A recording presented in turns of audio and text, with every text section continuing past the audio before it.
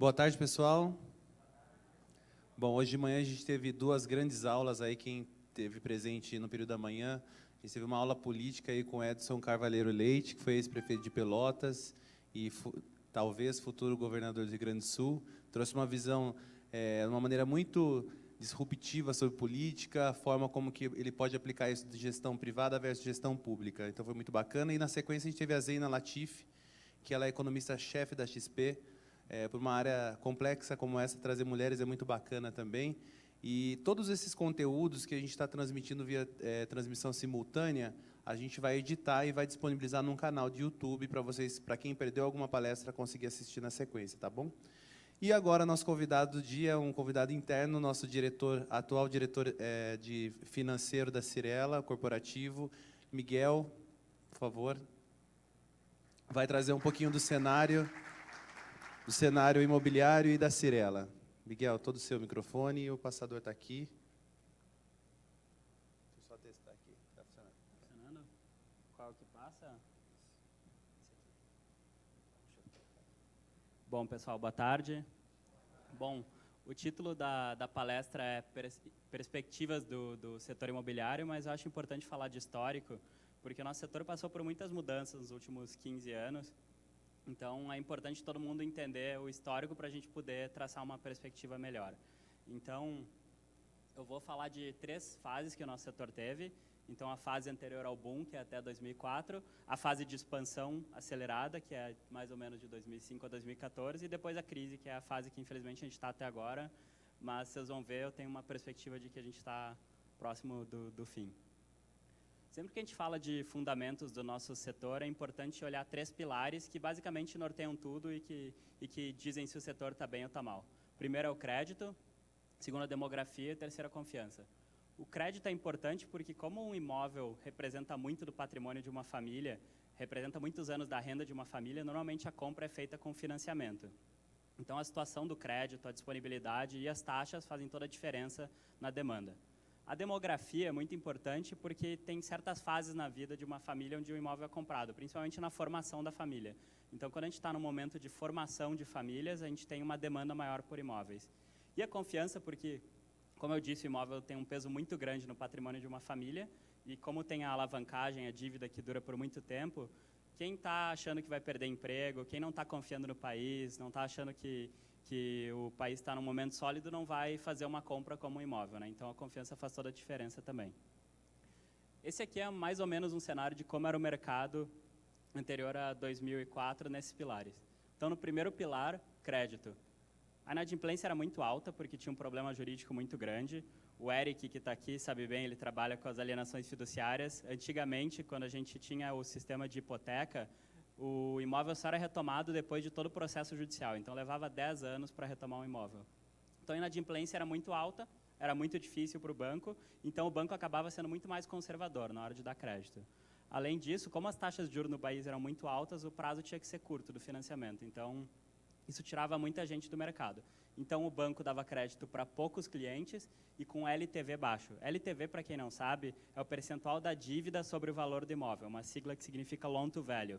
Então, quanto mais alto o LTV, mais alto esse percentual, mais risco o banco tem no empréstimo, porque se ele tiver que retomar o imóvel, tem mais chance de ele perder dinheiro. Como o momento era muito difícil para o banco nessa época, os bancos emprestavam muito pouco do percentual do imóvel para as famílias, e isso também tirava muita gente do mercado. No lado da demografia, nessa época, a população brasileira ainda era muito jovem, mas a gente já estava começando a fase que a gente chama de bônus demográfico. Eu não sei se todo mundo sabe o que é bônus demográfico, mas uma definição que normalmente os economistas utilizam é o período no qual a população que está em idade de trabalho, que é entre 15 e 64 anos, está crescendo mais rápido do que a população jovem e a população idosa. Como daí tem muita gente entrando no mercado de trabalho, costuma ser um momento de crescimento para os países, que era o momento que o Brasil estava entrando nessa época. Casualmente, isso também coincide com o aumento no número de famílias, porque a população envelhecendo um pouco começa a ter formação de famílias. Então, nessa época, o Brasil tinha 48 milhões de famílias, mais ou menos, e tinha 1 milhão de novas famílias por ano. Novas famílias significa demanda por imóveis. Então, a gente havia um movimento incipiente de demanda crescente. No lado da confiança, a gente tinha vindo de um histórico de hiperinflação, a gente tinha tido muitas crises em países emergentes e o país não era sólido. Então, as pessoas tinham muito medo na hora de fazer uma aquisição como imóvel, porque ainda não viam condições muito claras e muito favoráveis. Então, como que era o mercado nessa época? A gente tinha empresas locais, normalmente atuando em uma cidade. A Cyrela era uma exceção, nessa época a gente já tinha algumas parcerias, tinha parceria no Rio de Janeiro, na verdade, com o Rogério Zilberson, então fazia algumas coisas, eram 2 cidades, então ainda assim era muito diferente do que o mercado foi nos últimos anos, né? Não tinha muito crédito, não tinha muito capital de investidores, então o incorporador ele tinha que lançar um empreendimento, para daí, com o lucro desse empreendimento, lançar outro. Então, o mercado tinha uma escala muito menor, tinha muito menos alavancagem e acabava sendo muito menor, né? Não tinha nenhuma incorporadora listada em bolsa. Isso é importante porque, quando a empresa é listada na bolsa, ela passa a ter acesso a mais fontes de financiamento. Então, as empresas também não tinham isso. Então, acabava sendo um mercado muito mais simples e menor, né? Daí a gente teve muitas mudanças estruturais no início dos anos 2000. Uma das principais foi a alienação fiduciária, que é uma lei de 97, mas que foi aperfeiçoada em 2004 e que permitiu que a retomada do imóvel acontecesse antes do processo judicial, né? Acontecesse administrativamente. E daí o banco, ao invés de levar 10 anos para retomar o imóvel, levava 6 meses. Então, fez toda a diferença para os bancos na vontade deles de emprestar para o setor. Além disso, as taxas de juros começaram a cair muito. Então, elas estavam em patamares que a gente nunca tinha visto no Brasil. Então, estava mais barato e tinha muito menos risco para o banco, né? Então, surgiu muito crédito no setor por causa disso. Além disso, a gente teve muito aumento no saldo da poupança. Uma peculiaridade do nosso mercado, que é importante entender, é que para cada real que está depositado na poupança, 65 centavos são emprestados para o setor imobiliário. Então, conforme vai entrando mais dinheiro na poupança, vai aumentando a disponibilidade de crédito para o setor. E como a poupança tem uma rentabilidade fixa, que hoje é TR mais 6% e cai, dependendo do nível do CDI, ela fica no máximo 70% do CDI, o que a gente via, e que até hoje acontece, é que conforme a taxa de juros vai caindo, vai aumentando o saldo da poupança. Então, além do financiamento ficar mais barato, ainda tem mais disponibilidade de crédito, que ajuda bastante. Do ponto de vista da demografia, a gente estava entrando no auge do bônus demográfico, então a gente tinha a perspectiva de formação de 35 milhões de famílias de 2005 a 2030. A gente estava finalmente com estabilidade monetária, então fazia 10 anos que a gente não tinha inflação alta no Brasil. A gente tinha 12 anos de crescimento seguido, sem nenhuma recessão, então parecia um cenário muito positivo, parecia um crescimento sólido, parecia que as taxas de juros iam ficar baixas por muito tempo, ia ter crédito, o país ia crescer de forma sustentável por uns bons anos. Então, vendo isso, bom, só para dar mais um detalhe, isso é o que aconteceu com o crédito. SBPE é o Sistema Brasileiro de Poupanças e Empréstimos, que é basicamente esse funding do setor que é atrelado à poupança que eu falei. O funding do setor, vindo do SBPE, que era de 2 bi, 3 bi em 2004, saltou para 113 bilhões de reais por ano de contratações em 2014. Então, ali de 2006 até 2014, cresceu 37% ao ano. E o que é mais impressionante é que, além desse crescimento de 37% ao ano, a inadimplência despencou. Então, a inadimplência que tinha nesse sistema era de 30% ao ano, 28% ao ano, foi para 2%. Então, o crédito saiu de 3 bi para 100 bi e a inadimplência saiu de 28% para 2%. Então, isso mostra o tamanho desse movimento do crédito que a gente teve no setor, né? Isso aqui é o ponto de vista do cliente. Então, em 2002, um cliente podia financiar no máximo 50% do valor do imóvel, aquele LTV baixo que eu falei, né? Além disso, a taxa de juros era 12% e só para alguns valores de imóveis de valores mais baixos. O prazo máximo de financiamento era 180 meses e ele só podia comprometer 20% da renda. Então, para comprar um imóvel de 400 mil reais, o cliente tinha que dar um ato de 200 mil reais e tinha que comprovar renda de 15 mil reais. Em 2007, 5 anos depois, então num período muito curto, mudou todos os indicadores ali de cima, né, da análise de crédito dos bancos. Então, os bancos passaram a aceitar 80% de LTV, né, 80% de financiamento sobre o valor do imóvel. A taxa de juros caiu para 10%, até menos em alguns casos. O financiamento passou para 30 anos, 360 meses, e aumentou o comprometimento de renda que os bancos aceitavam dos clientes. Então, para comprar aquele mesmo imóvel de 400 mil reais, agora o ato necessário era 80 mil reais e a renda necessária era 13.700, num período que o país estava crescendo e a renda estava aumentando. Então, o poder de compra das famílias aumentou muito, né? Se a restrição fosse o ato, o poder de compra das famílias aumentou 2,5 vezes, 150%. E se a restrição fosse a renda necessária para financiar, aumentou 75%. Então, o poder de compra para imóveis aumentou entre 75% e 150% para as famílias em 5 anos, sem contar os acréscimos de renda, né? Então, colocou muita gente no mercado e fez o mercado ficar com uma dimensão muito maior do que ele tinha, isso num período muito rápido, né? Então, o que aconteceu com as empresas? As empresas viram esse movimento e viram uma oportunidade de expansão única, porque isso não acontece 2 vezes na história de um país, né? Então, 21 incorporadoras abriram capital na Bolsa. O foco dessas empresas era comprar terreno, expandir geograficamente, atuar em vários segmentos diferentes, em vários estados. As empresas fizeram parcerias, teve fusões, aquisições. Teve os pontos negativos, os efeitos colaterais, que foi sobreaquecimento, falta de mão de obra, estouro de custo, atraso de obra. Mas eu vou focar aqui um pouco mais no lado da demanda.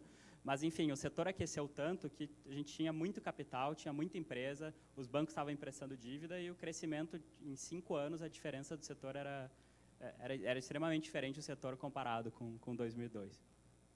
Mesmo com todos os problemas que as empresas começaram a enfrentar ali por 2010, 2011, crédito não faltava, demanda não faltava, a velocidade de vendas continuava muito forte. Bom, daí veio a crise, como todo mundo sabe, e modificou fortemente esse cenário, né? Então, a recessão que a gente teve em 2015 e 2016, além de ser muito longa, 2 anos, ela foi muito forte. Então, o PIB do Brasil voltou para o nível de 2010.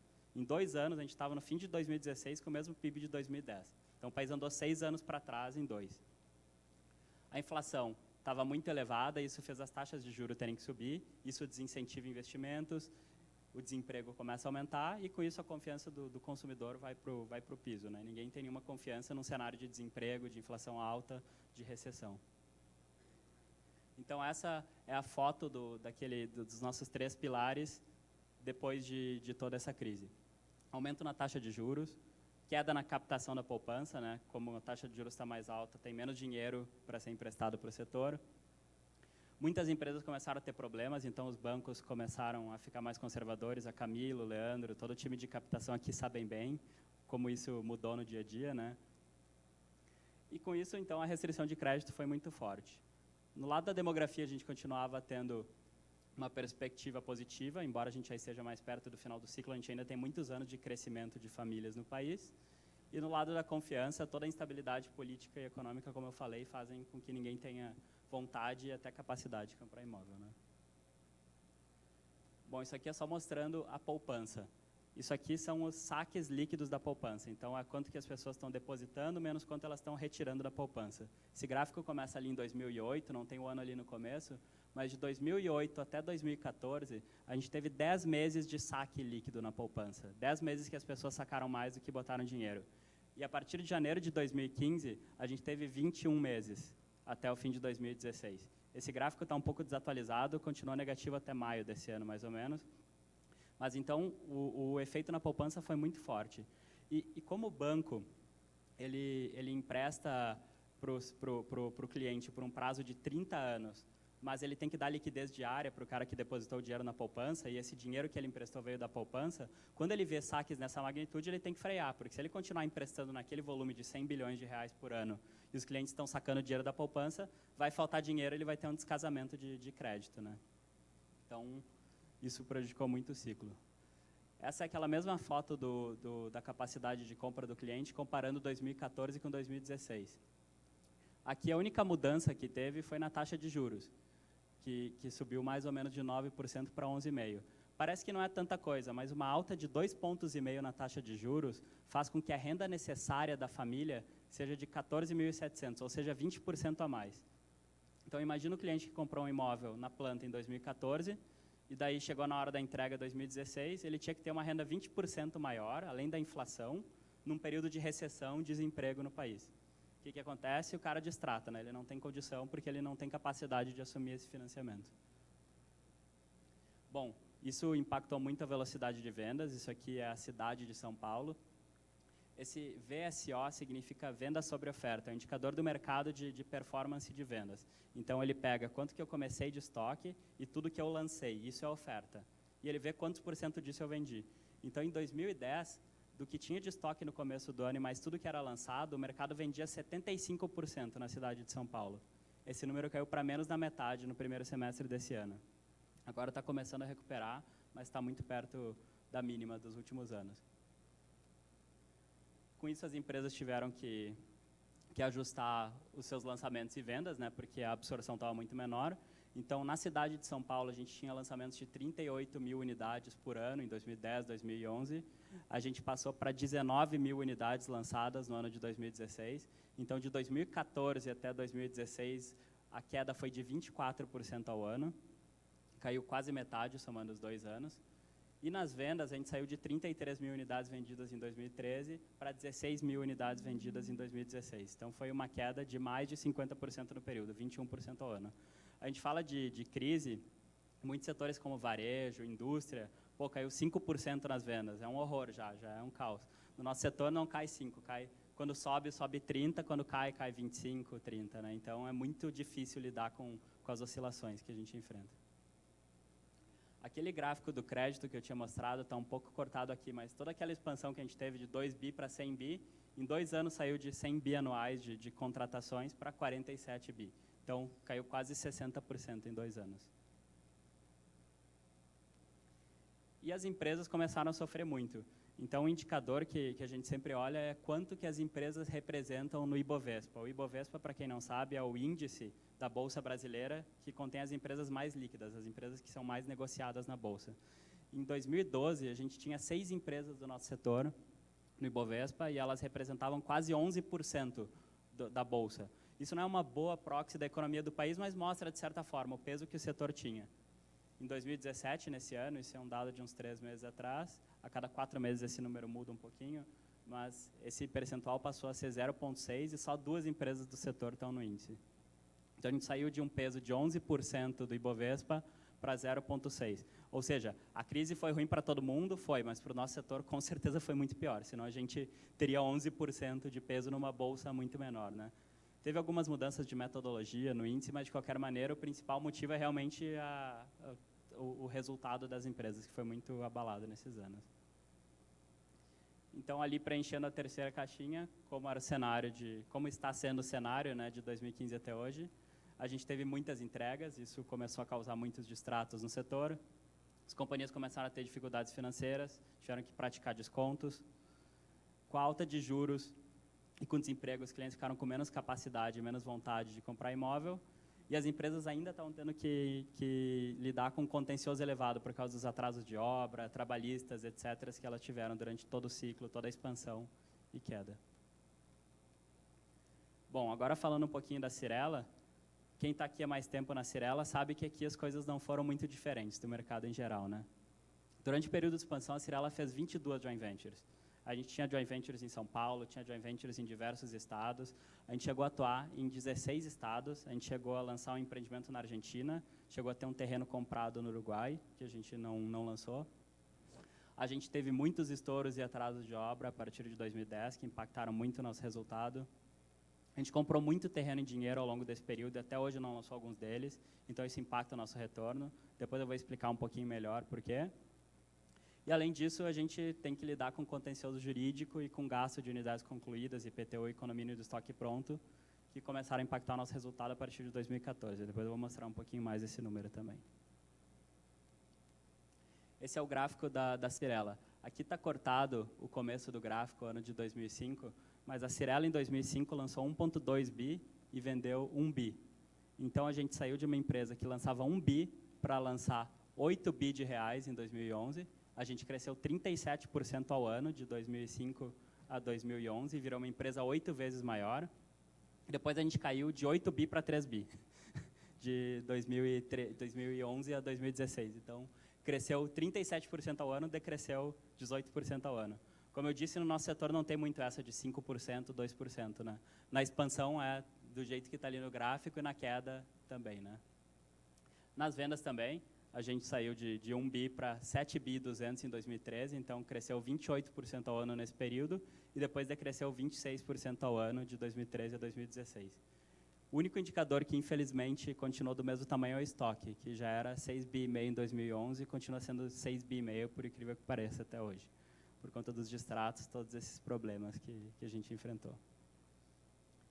Bom, a gente começou a ter um volume muito grande de entregas desses empreendimentos que a gente lançou em 2011, 12, 13, 14, bem num período muito ruim do ciclo, crise, as pessoas não querendo ficar com imóvel, querendo destratar, não conseguindo financiamento no banco. Então, a gente entregou quase 7 bi em 2014, 7 bi em 2015, 8 bi em 2016, vai entregar 7 bi esse ano. Com isso, a gente teve um volume de distratos que a gente nunca tinha imaginado, que a gente nunca tinha visto. A gente distratou no ano de 2016, 2 bi 300, no ano de 2015, 2 bi, 2014, 1 bi 800, então foi um volume de distrato muito alto. No período mais acentuado do distrato, que é aquele que está marcado, que é do começo de 15 até o terceiro trimestre de 16, a gente distratou 5.000 unidades. 26% dessas unidades a gente distratou por causa do banco, aquilo que eu estava explicando. O cliente comprou com um cenário, comprou num Brasil, recebeu o imóvel em outro Brasil, não tinha como financiar, né? Então, 1/4 desses distratos, mais de 1.000 distratos, foram causados por causa do banco. E além de muitos clientes que desistiram, porque como existe essa possibilidade, juridicamente no Brasil o cliente tem a possibilidade de pedir o distrato e não seguir exatamente o que está escrito no contrato, 60% desses distratos foram causados por desistências. Bom, isso impactou muito fortemente a velocidade de vendas da empresa, que era parecida com o mercado. Então, em 2010, a gente tinha 70%, 65% daquele indicador VSO que eu expliquei. A gente foi para 27% no final de 2016.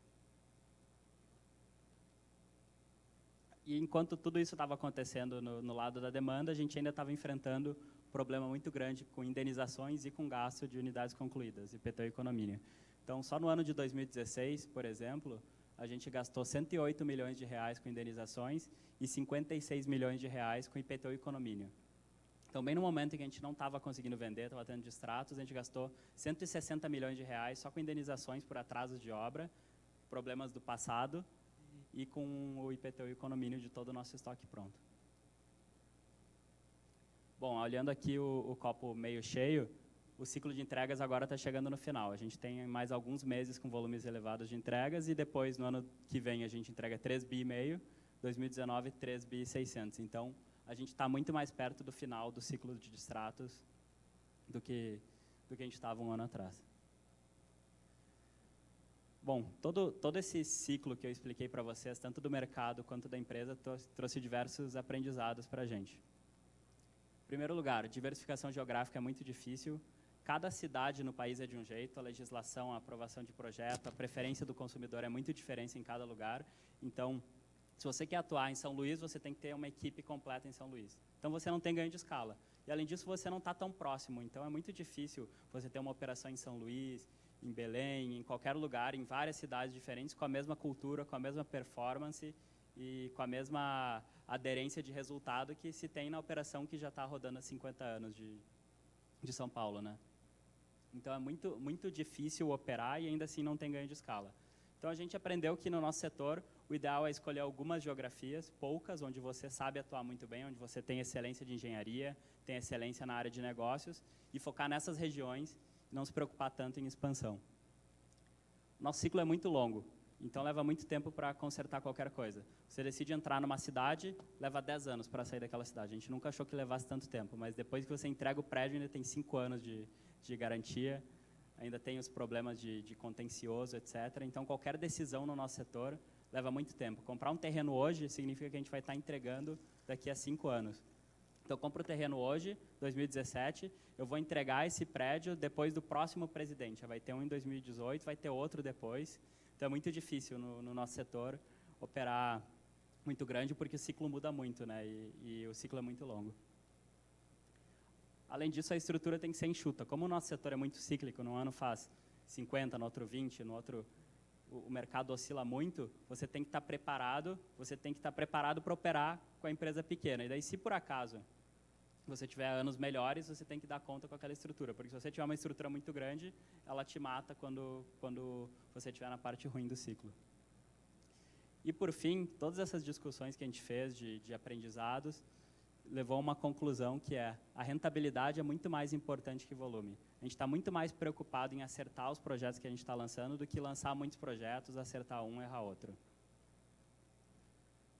Bom, como eu falei, todas essas discussões que a gente fez de aprendizados do setor levaram a um direcionamento estratégico que a gente discutiu muito no ano passado.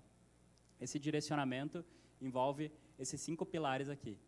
Então, primeiro, lançamentos. A gente quer ser uma empresa que lança 3, 4 bilhões por ano. A gente não quer lançar 8 bi por ano que a gente lançou no passado, porque a gente não consegue ter o mesmo controle, a gente não consegue ter a mesma qualidade. Quando a gente lança menos, a gente consegue olhar mais os detalhes do produto, a gente consegue fazer com muito mais qualidade. E a gente é mais seletivo. Se a gente não precisa lançar 8 bi, a gente vai escolher os melhores projetos para lançar. A gente tem que ser assertivo. O que a gente viu nesse ciclo é que muitas vezes a gente acertou o projeto, ganhou muito dinheiro, daí errou no outro e perdeu muito dinheiro. Então a gente não pode acertar 1 e errar 1, a gente tem que acertar 9 e errar 1. Então, que nem o Rafa fala, é o projeto, o terreno que você dá a vida por ele, né? Então, se você olha o terreno e fala, pô, esse terreno é bom, mas eu tenho uma dúvida. Não faz, vai ter outro que vai ser melhor e você vai fazer. Então não precisa ter ânsia por volume, tem que ter ânsia por qualidade, fazer os melhores projetos.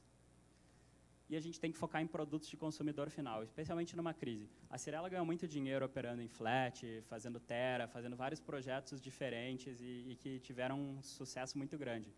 Mas quando a gente está num momento difícil, você tem que fazer aquele produto que se tudo der errado, vai ter comprador, porque é o produto para a família, ao preço certo, no bairro onde tem demanda. Então, isso também é muito importante. Do ponto de vista de terrenos, a gente precisa resolver alguns terrenos que a gente tem e que a gente não tem interesse de lançar, então a gente tem que vender ou destratar. Mas, por outro lado, crise gera muitas oportunidades. Então, a gente tem visto muito boas oportunidades de terreno, porque, de fato, tem muito menos gente comprando, tem muito menos capital no setor. Então, a gente tem conseguido fazer bons negócios e a gente não vai abrir mão de fazer esses bons negócios. Do ponto de vista de G&A e estrutura, G&A, para quem não sabe, são as despesas gerais e administrativas.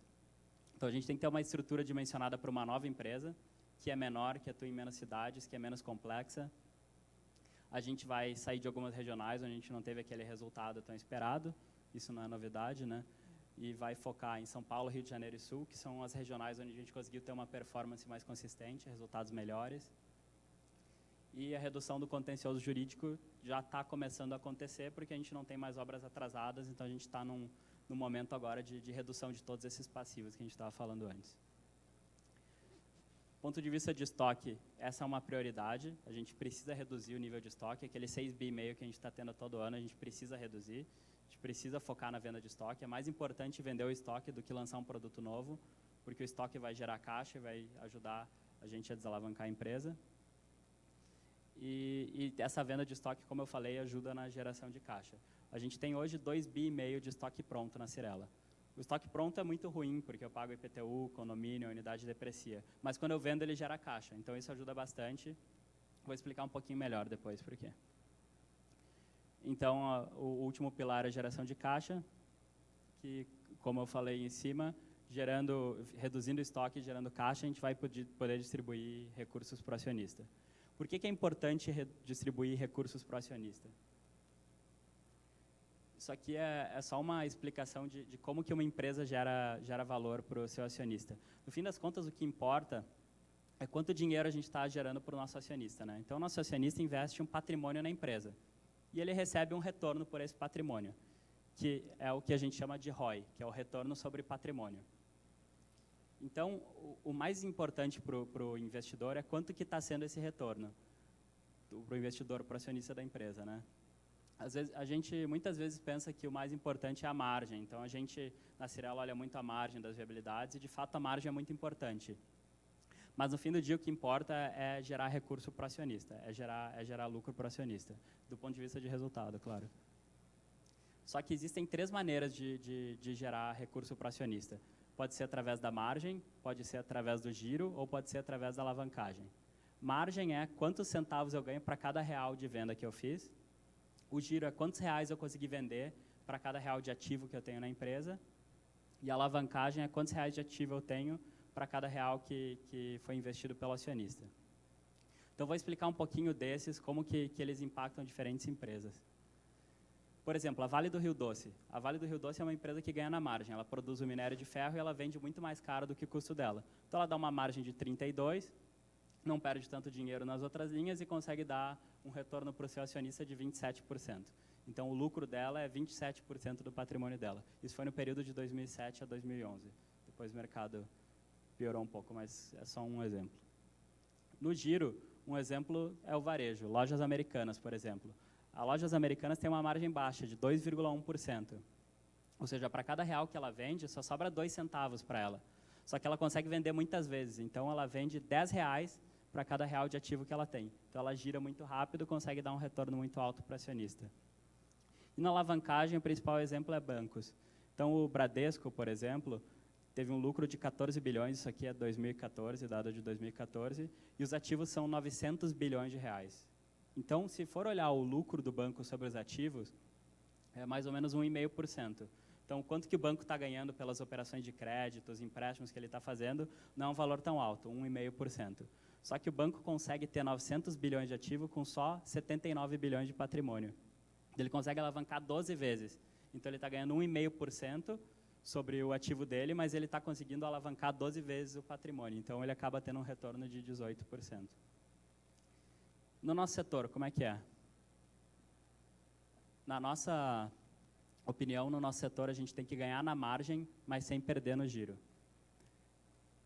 A alavancagem a gente considera muito complicado, porque quando a gente toma dívida para expandir a empresa, crescer, a gente está assinando um contrato com o banco, com uma data de vencimento para uma dívida e comprando um ativo que não é líquido, como um terreno.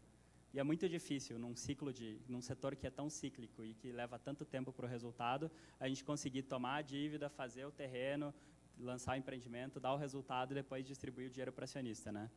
Então, a gente considera que a alavancagem não é a maneira de ganhar dinheiro no nosso setor, de ter uma boa performance. Ganhar na margem, como que ganhar na margem? Com seletividade de projetos. A gente sabe que os nossos bons projetos têm margens excelentes. O principal problema é que, às vezes, a gente tem projetos que acabam tendo margem muito ruim e contaminam o resultado dos bons. E a gente não pode perder no giro. O que significa isso? A gente não pode ficar com dinheiro parado em terreno, não pode ficar com muito estoque pronto, porque isso acaba pesando no nosso balanço e acaba contaminando o nosso resultado. A gente pode ganhar na margem e acabar tendo um balanço muito pesado e não dar um retorno bom. Só para explicar isso um pouquinho mais em números, a gente tem hoje um patrimônio, isso não está considerando a Cúria, Plano e Plano, as nossas JVs. A gente tem um patrimônio de 5 bi e 200. Se por acaso a gente dá um retorno na viabilidade de 15%, mas a gente lançou 3 bilhões de reais, a gente vai ter 400 milhões de reais de lucro. A gente não vai dar nem 10% de retorno, 450 milhões de reais dividido pelo patrimônio que o nosso acionista colocou na empresa, de 5 bi, vai dar um retorno muito baixo, de 8%, 9%. Ou seja, a gente precisa reduzir o nosso patrimônio para que ele fique próximo a esse volume de lançamentos que a gente quer. E qual é a única maneira de fazer isso? Se a gente olhar ali, estoques, terrenos. Então, a gente tem 2 bilhões e 400 no nosso ativo hoje de estoques, que quando a gente vender, vira caixa e ajuda a reduzir o patrimônio. A gente tem muito dinheiro parado em terreno também, 1,5 bi.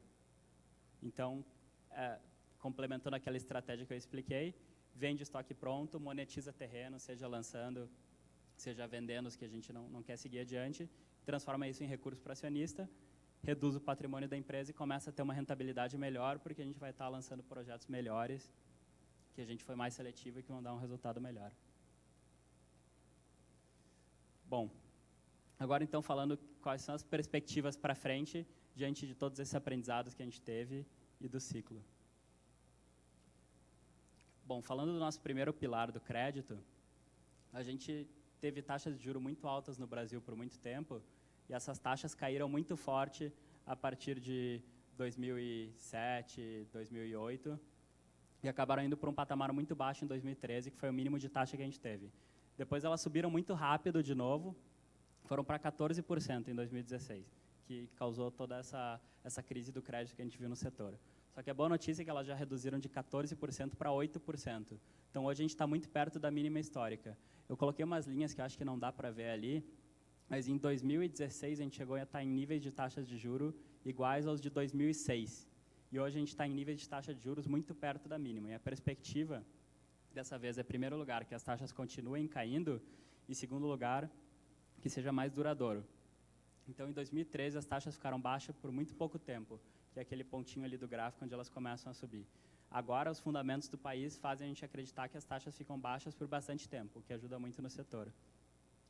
O outro indicador do crédito que eu falei muitas vezes é o saldo da poupança, que gera a disponibilidade de crédito para o nosso setor. Ele começou a cair naquele período que eu mostrei dos saques, mas ele já está aumentando e já está na máxima histórica de novo. Então, com a taxa de juros baixa, a poupança deve continuar aumentando, que deve continuar gerando crédito para o nosso setor. Do ponto de vista da demografia, aquele número de famílias que eu falei, que era 37 milhões em 91, foi para 48 milhões em 2000 e 57 milhões em 2010, ele vai continuar crescendo por muitos anos ainda. Isso significa nova demanda para o nosso setor. Então, a gente vai ter muitas novas famílias que vão precisar de imóveis. Só na cidade de São Paulo, esse número de famílias deve ser cerca de 100 mil novas famílias por ano. A cidade de São Paulo não lança mais do que 20, 30 mil imóveis por ano, a gente viu nos gráficos anteriores, chegou a lançar 38 mil. Então, tem muita demanda no mercado ainda. A gente vai ter muitos anos de crescimento da demanda. Então, resumindo, taxas de juros devem cair e a queda parece ser duradoura. A volta do crescimento econômico é a tendência. Se esse cenário se concretizar, as famílias vão voltar a ter confiança. E a gente tem um crescimento do número de famílias, o que é demanda para o nosso setor. Além disso, como a gente teve muitos problemas no nosso setor, teve muita saída de capital, o que ajuda as empresas a serem mais racionais, a ter menos competitividade, é muito positivo, porque não tem mais tanto maluco comprando terreno, pagando caro, e isso acaba tornando o setor mais racional. Mas, enfim, a gente não pode esquecer que o nosso ciclo é longo e que os resultados demoram muito para aparecer. Então, não vai ser daqui a 3 ou daqui a 6 meses que a gente vai ter um resultado muito bom. A gente está construindo, a gente está tomando as ações que a gente considera certas para ter um resultado positivo, mas elas levam tempo até se transformar em resultado materialmente. Então, a gente ainda vai ter um período difícil pela frente.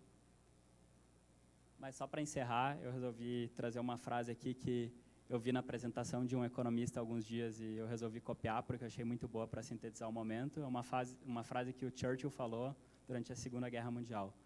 Este ainda não é o fim, este não é nem o começo do fim, mas este é talvez o fim do começo. Ou seja, a gente começa a ver perspectivas positivas, a gente começa a ver a operação azeitada, a gente começa a ver que a gente está com a cultura certa, fazendo as coisas certas. E se a gente conseguir repetir isso por bastante tempo, a gente acredita que a gente vai ter um resultado muito positivo. Então, era isso, pessoal. Miguel. Bom, vou abrir para perguntas aqui. O Miguel tinha falado que ele era tímido para fazer a apresentação, mas foi excelente. Muito Obrigado. bom. Acho que quando a gente está embasado aí com conteúdo bacana, a gente traz um resultado positivo.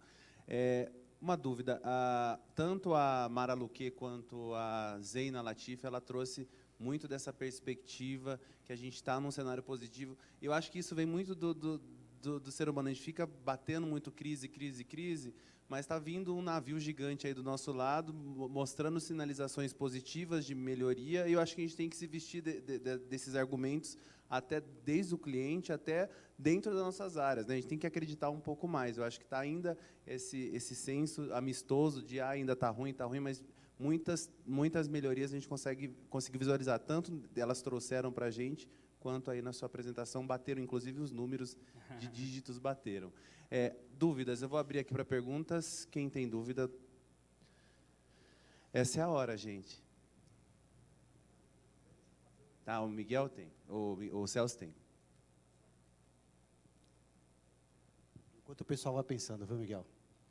Eles vão fazer perguntas, é só enquanto eles vão pensando. Mas vamos lá. A Luque falou algo parecido com relação à Selic, né? Que nós estamos num momento de baixa de Selic, e que muito provavelmente é uma baixa duradoura, porque os fundamentos do país, quer dizer, a estrutura está adequada, a equipe econômica ela tem uma confiança positiva total. Mas fala um pouquinho mais desses fundamentos que o país tem, que está gerando essa perspectiva duradoura de uma Selic baixa. Tá. Eu acho que um dos principais pontos é a demanda, que ainda está muito baixa. Então, a gente ainda tem muita capacidade ociosa. O Brasil produzia, por exemplo, 5 milhões de veículos por ano há alguns anos. Hoje produz entre 2 e 3 milhões. Então, tem muita capacidade ociosa. Então, até a gente ocupar essa capacidade ociosa, a gente não deve ter inflação. Com a inflação ficando baixa, a taxa de juros pode ficar baixa. O nosso Banco Central utiliza o sistema de metas de inflação. Então, a taxa de juros é definida para manter a inflação dentro de uma meta. Então, esse é um dos principais fatores. Mas, de fato, a gente não teria uma taxa de juros baixa e um dólar num patamar controlado se a gente não tivesse confiança, se os investidores não tivessem confiança na equipe econômica. Se a gente olha no longo prazo, estruturalmente, o principal fator para definir a taxa de juros vai ser os ajustes dos gastos do governo. O governo do Brasil gasta muito e gasta de forma ineficiente. E essa é a maior amarra que a gente tem no país e é o que mais trava a nossa taxa de juros. Se a gente conseguir ter governos sucessivos que façam os ajustes corretos, que olhem para o gasto de uma maneira mais séria e que façam os ajustes que a gente precisa fazer, com certeza, a gente, mesmo quando a gente estiver nessa fase que a gente já ocupou a capacidade ociosa, a gente não vai ter um aumento da inflação porque o gasto vai estar controlado. É claro que no Brasil isso depende de política, e política é muito complicado, né? Muda a cada semana, a cada dia, uma denúncia, uma fita, não sei o quê, muda todo o cenário. Mas hoje a perspectiva da maioria dos analistas e dos economistas é que o brasileiro está ansiando por mudanças e a gente pode ter alguns bons governos que nos ajudem nesse sentido. Dúvida que veio também, eu tinha olhado ali na internet, houve um movimento recente de baixa de juros bancários por conta da Selic, inclusive. Você acredita que ainda pode acontecer ainda recentemente uma nova baixa de juros e como que está o crédito? O que você tem observado do crédito? Os bancos, eles deram uma limitada no crédito, embora baixou os juros, como que você acha que vai melhorar isso também? Sim, a gente sempre brinca, eu, o Juliano e o Paulo, que o juro para o financiamento imobiliário, ele sobe de elevador e desce de escada. E por que isso? Por causa daquele negócio da poupança que a gente estava falando, né? O banco empresta por 30 anos, mas ele tem que dar liquidez diária no outro lado para o cara que aplicou o dinheiro na poupança.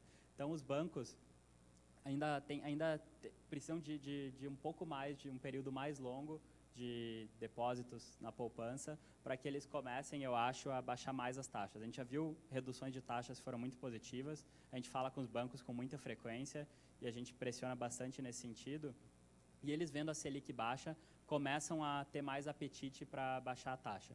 Um outro fator que impacta é a Caixa Econômica Federal. A Caixa Econômica Federal tem quase 2/3 desse mercado de poupança, do saldo de poupança, então, consequentemente, do financiamento SBPE, e a Caixa está numa situação complicada, porque teve muitos excessos na Caixa nos governos anteriores. Então, a Caixa ainda precisa se balancear um pouco melhor, para que daí ela entre, e quando a Caixa entrar, daí com certeza os bancos vão ter que reduzir muito a taxa, porque daí eles vão estar competindo com o maior player de novo, né, por originação. Tem dúvida aqui. Levanta a mão primeiro. Na apresentação, você disse que o boom ele acontece só uma vez no país, ele não acontece 2 vezes, né? Mas com todas essas projeções, o quanto que esse mercado futuro que a gente espera representa quanto daquele boom que teve? Vai chegar a 50%, 60%? É possível chegar mais ou vocês acreditam que não chega a tudo isso? Sendo que a porcentagem de famílias também que vem vindo na idade de adquirir um imóvel é uma porcentagem até que razoável para boa também. Sim. Olha, ótima pergunta. Eu acho que não é que a gente não vá ter mais de um boom no país, é que a gente passou de uma situação de um mercado de crédito imobiliário praticamente não existia, ele era muito restrito, era muito caro, era para famílias que realmente tinham um poder aquisitivo muito elevado, para uma situação que é mais normal na maioria dos países, né, com o crédito mais disponível e mais barato para o setor. Eu acho muito difícil a gente ter um cenário parecido com o que a gente teve nos últimos anos, e é muito difícil quantificar, mas eu acho que a gente vai ter crescimento. Hoje a gente está 60% abaixo, digamos, do pico do setor. A gente vai crescer gradualmente nos próximos anos. Não sei dizer até que patamar a gente vai chegar, mas como eu mostrei, a gente precisa construir muito imóvel no Brasil, porque tem muita família que precisa e vai ter muito nos próximos anos. Antes de passar, tinha visto outra pergunta, não sei talvez se você pode responder, eu acredito que sim. Qual é o interesse hoje? A gente falou muito de margem, você falou muito de margem, a gente tem muito interesse em margem, não mais em volume. Mas a gente vê algumas incorporadoras incorporando em bairros estratégicos empreendimentos menores. A Cyrela vai passar toda dessa forma, porque não era interesse dela no passado. Olha, a gente gosta de atuar com empreendimentos menores. É melhor você ter 100 unidades para vender do que 400, 500 unidades para vender. Mas a gente é uma empresa muito grande, então tem um limite para quão menores a gente pode fazer, né? A gente não pode fazer vários empreendimentos de 10 milhões de reais, porque simplesmente não encaixa no nosso modelo de negócio, do marketing, do stand. Acaba perdendo muita eficiência. Fazer 2 projetos de 10 milhões de reais dá muito mais trabalho do que fazer um projeto de 20 milhões. Ou até do que fazer um de 50 milhões de reais. A gente tem que pensar em 2 campanhas, produto, detalhamento, orçamento de obra, são 2 terrenos, né? Então, existe um tamanho ótimo. A gente gosta de fazer projetos menores do que a gente fazia no passado, mas a gente não quer fazer projetos muito pequenos, porque daí não é eficiente. Miguel, você citou que a gente não chegou no fim do ciclo. Você acredita que os preços ainda vão cair ou não? Já chegou num patamar de daqui para cima voltar a subir de novo? Ou seja, o consumidor final ainda tem margem para chorar por desconto ou a cidade de São Paulo já atingiu o preço ideal?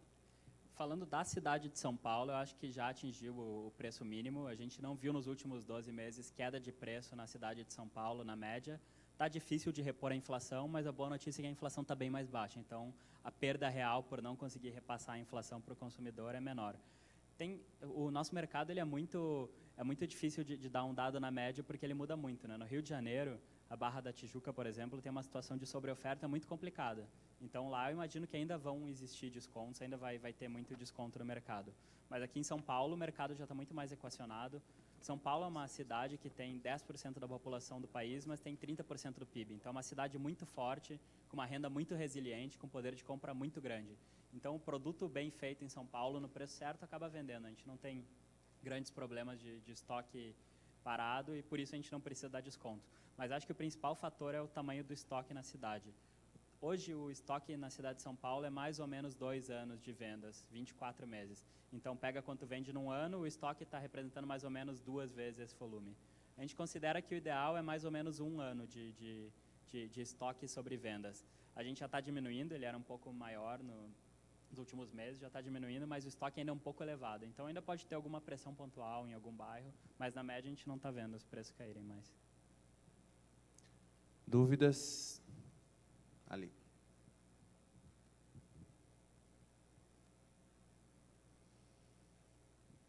Miguel, a gente até um ano atrás a gente era muito, os escândalos políticos, a economia era muito afetada pelos escândalos políticos. Então, no Jornal Nacional saía alguma bomba, no dia seguinte a Bolsa de Valores respondia com quedas absurdas de valor de negociação, né? Hoje a gente tem visto que mesmo com todas essas bombas que têm acontecido recentes, o setor, a Bolsa de Valores não está sendo mais tão afetada. Ela é afetada, mas quedas de 10%, como a gente tinha visto, são coisas mais raras que têm acontecido. Você acredita que a confiança desse barco que o Everton falou até mais cedo é maior do que todos esses escândalos políticos? E como que você enxerga que com as eleições no próximo ano, como que você enxerga que as eleições no próximo ano podem afetar essa retomada do crescimento? Ótima pergunta. Bom, sobre eleições, elas podem afetar enormemente, podem mudar todo o cenário do dia para a noite, porque no Brasil o Estado tem um peso muito grande na economia.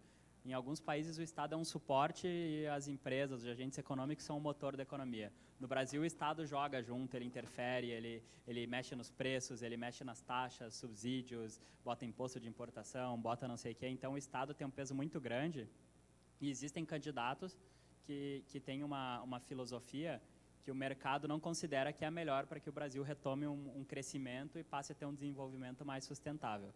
Então, com certeza, no Brasil, eleições mexem muito e eu não consigo fazer nenhum prognóstico. Acho que, especificamente, o motivo pelo qual a gente está num cenário bom agora é porque o mercado precificou que o Temer vai continuar no poder. Isso é a minha opinião pessoal, tá? De que o Temer vai continuar no poder até o fim do mandato dele, que a eleição de 2018 deve ter um candidato que seja o que eles chamam de market friendly, ou seja, um candidato que está alinhado ao que o mercado considera que são as políticas mais importantes para o país. Mas se por acaso amanhã surgir a perspectiva de que isso mudou, com certeza a Bolsa vai ser bastante impactada. Mas eu acho que o fato de a gente estar com juros baixos no país e a perspectiva de que isso vai durar bastante tempo deve gerar crescimento econômico, deve ajudar os resultados das empresas. Então, os investidores veem as empresas vindo de um período muito ruim e veem que elas vão ter algum resultado positivo nos próximos anos. Isso incentiva. Além disso, como o juro está muito baixo, o investidor não tem mais tanto interesse de deixar o dinheiro no CDI, porque está rendendo 8% ao ano, deve cair mais ainda, e no ano passado rendia 14%. Então, ele não fazia nada, ganhava 14% ao ano. Agora, com o CDI mais baixo, o investidor aceita tomar um pouco mais de risco. Isso acaba também influenciando positivamente a Bolsa. Tem espaço para mais 2 perguntas pelo tempo. Tem mais alguma dúvida? Leandro.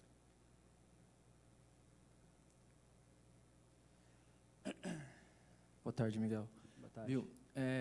Nesse movimento de queda do mercado, não só construção civil em outros segmentos, existe alguma oportunidade que a Cyrela vê de ter um aporte em outra empresa, ou está vendo alguma coisa assim nesse sentido, ou não? Ou vai fazer mais lição de casa e trabalhar mais com a Cyrela mesmo?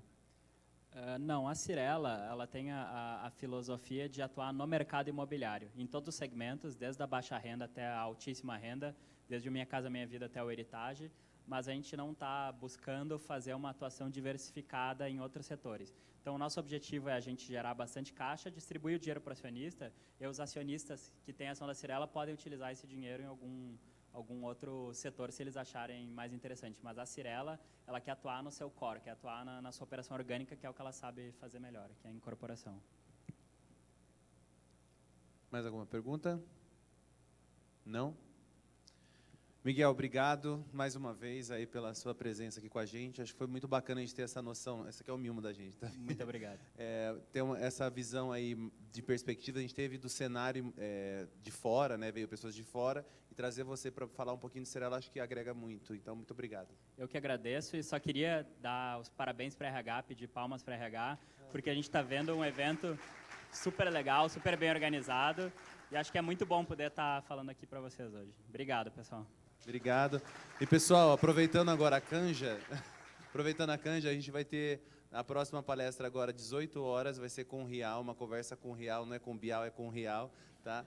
O Rial, ele foi conselheiro da Cyrela e hoje ele é presidente do Santander. Então, acho que é uma pessoa que vem com uma bagagem de banco incrível. Acho que a gente vai ter um espaço muito bacana para bater esse papo. E, na sequência, inclusive com a presença da nossa presidência aqui, seu Eli, o Rafael vem, que é com a conversa com o Partido Novo, a gente falando de política. Então, quem puder, tem vaga ainda, às 19 horas. Estão todos aqui que estão presentes, convidados, tá bom? Obrigado. Não é o Bial, é o Rial, e eu acho que isso é um motivo de muita sorte para todo mundo, porque o Rial é um cara incrível, nada contra o Bial, mas é que o Rial é um cara incrível e é muito legal poder ouvir ele falar. Eu tive a oportunidade de falar com ele algumas vezes no Conselho da Cyrela, ele é um gênio, acho que vale muito a pena para quem tiver a oportunidade, viu? Obrigado, pessoal. Obrigado, gente.